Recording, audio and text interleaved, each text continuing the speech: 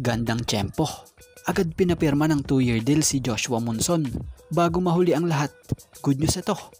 And Stanley Pringle, goodbye Hinebra na nga ba talaga? Balik or magbabalik Northport daw?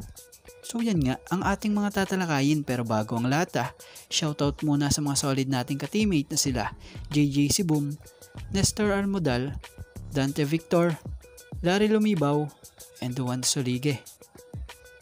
So yun, magandang balita ito. Yung slasher na si Joshua Monson na pinapirma na nga kaagad bago pa makaalis patungong US.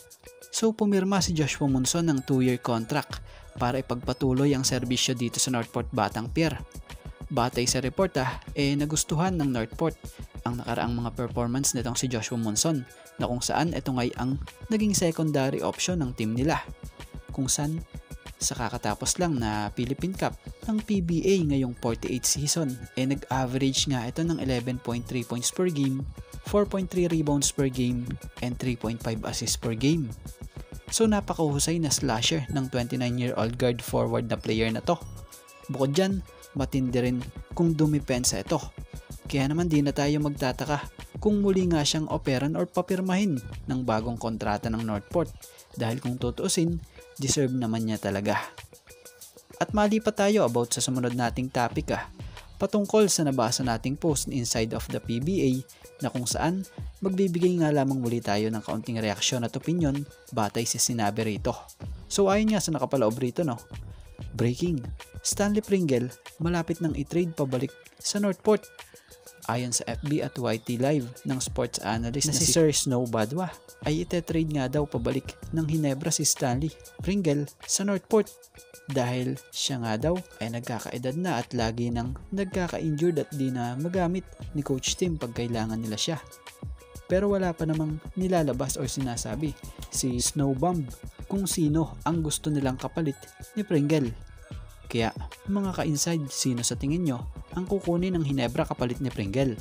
Source, Sir Snow Badwa FB and YT Live. So para sa opinion natin at reaction patungkol dito, kung ete-trade itong si Stanley Pringle patungong Northport, para sa opinion natin sa tingin ko forward ang maaaring ipalit or makapalit nito.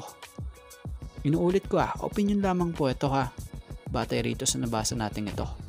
Dahil forward talaga or basta bigs ang kulang dito sa Hinebra Biruin mo, wala nang Malonzo, wala pang Gray dahil sa mga injury nila. At about kay Pringle kung babalikan natin yung laro nito nitong Philippine Cup, kapansin-pansin naman na maliit na lamang yung minuto niya sa Hinebra. Pero pag pinasok naman all out ang laro niya.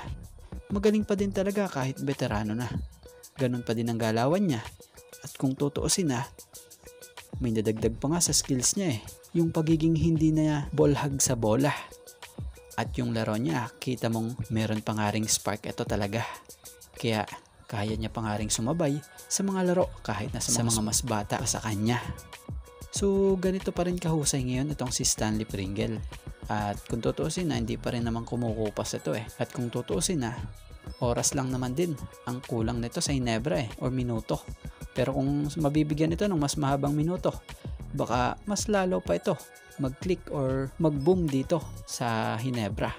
Pero syempre, nasa sa management yan kung anong gugustuhin nila, diba? So yun lang naman yung opinion natin about dito. Pero kayo, ano ang opinion nyo?